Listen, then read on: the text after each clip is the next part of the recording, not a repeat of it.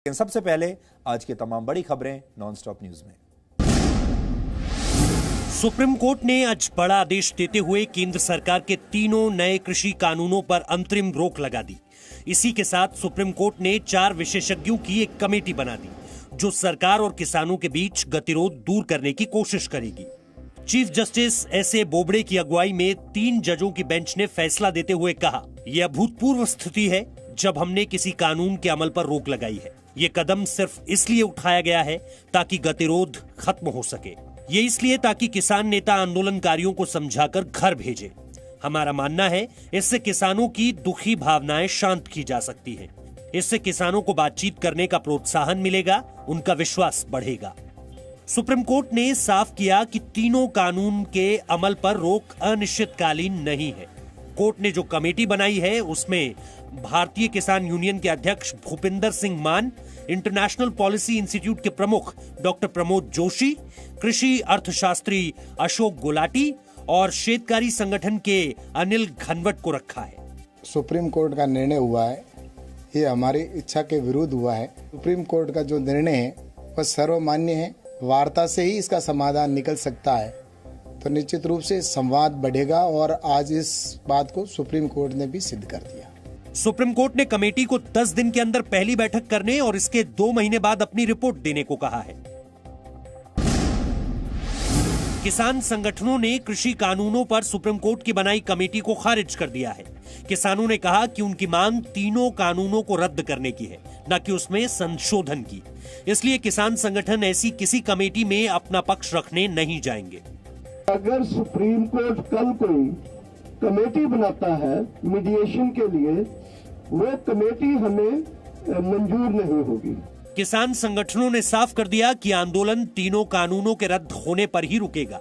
Hold नहीं हो तो कैंसिल ही होनी चाहिए कानून, तो कमेटी अगर बनेगी तो धरना चलता रहेगा। कांग्रेस ने भी किसानों का समर्थन करते हुए कमेटी पर सवाल उठाए और आरोप लगाया कि चारों सदस्य प्रधानमंत्री के लोग हैं। राहुल गांधी ने ट्वीट किया, क्या कृषि विरोधी कानूनों का लिखित समर्थन करने वाले व्यक्तियों से न्याय की उम्मीद की जा सकती है? ये संघर्ष किसान मजदूर विरोधी कानूनों के खत्म होने तक जारी रहेगा। कमेटी के सदस्यों ने पहले ही ये कह दिया कि ये तीनों काले कानून सही हैं और किसान गलत हैं। ऐसी कमेटी किसानों के साथ न्याय कैसे करेगी?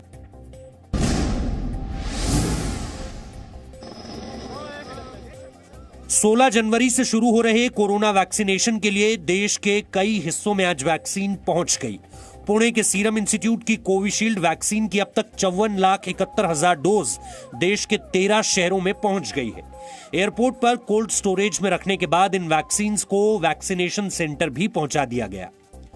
ये अभी फाइनल हिस्टोरिकल मोमेंट आया कि वैक्सीन एक्चुअली रिलीज होके जा रही है हमारी फैक्ट्री से, तो बहुत खुशी का दिन है। और अभी हमारा मेन चैलेंज है कि पूरे देश को, सब लोगों को ये वैक्सीन पहुंचानी है। वैक्सीन की कीमत और उसके असर को लेकर सवाल उठाने वालों को स्वास्थ्य मंत्रालय ने आज कहा कि ना शक करें ना भ्रम फैलाएं। या मुझे 2 डोज लग गए, अब मुझे मास्क पहनने की जरूरत नहीं है, तो ये सब मिथ्या विचार अपने मस्तिष्क से निकाल दीजिए। कोरोना वैक्सीनेशन के पहले चरण में 3 करोड़ स्वास्थ्य कर्मचारियों और फ्रंटलाइन वर्कर्स को कोविशील्ड वैक्सीन दी जानी है। वैक्सीन की 2 डोज दी जाएंगी। दूसरी डोज में 4 हफ्ते का अंतर होगा। सेना प्रमुख जनरल मनोज मुकुंद नरवणे ने पाकिस्तान और चीन दोनों को भारत के लिए बड़ा खतरा बताया है। सेना प्रमुख ने अपनी सालाना प्रेस वार्ता में कहा कि LAC पर विवाद का हल निकलने तक भारतीय सेना डटी रहेगी।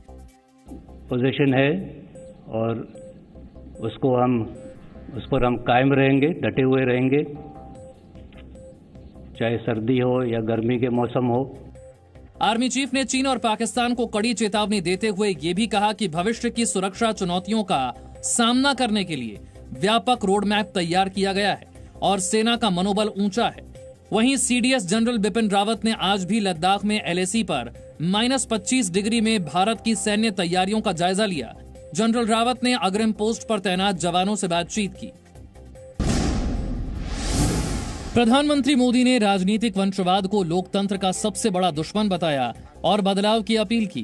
राष्ट्रीय युवा संसद महोत्सव के समापन समारोह में प्रधानमंत्री मोदी ने कहा कि वंशवाद का रोग राजनीति में अब भी है, युवा ही इसे मिटा सकते हैं। राजनीतिक वंशवाद देश के सामने ऐसी ही चुनौती है जिसे जड़ से उखाड़ना है। अब केवल सरनेम के सहारे चुनाव जीतने वालों के दिन लदने लगे हैं, लेकिन राजनीति में वंशवाद का ये रोग अभी पूरी तरह समाप्त नहीं हुआ है। राष्ट्रीय युवा दिवस पर शुरू किए गए युवा संसद महोत्सव का ये दूसरा साल है। कार्यक्रम में 80,000 से ज्यादा युवाओं ने हिस्सा लिया।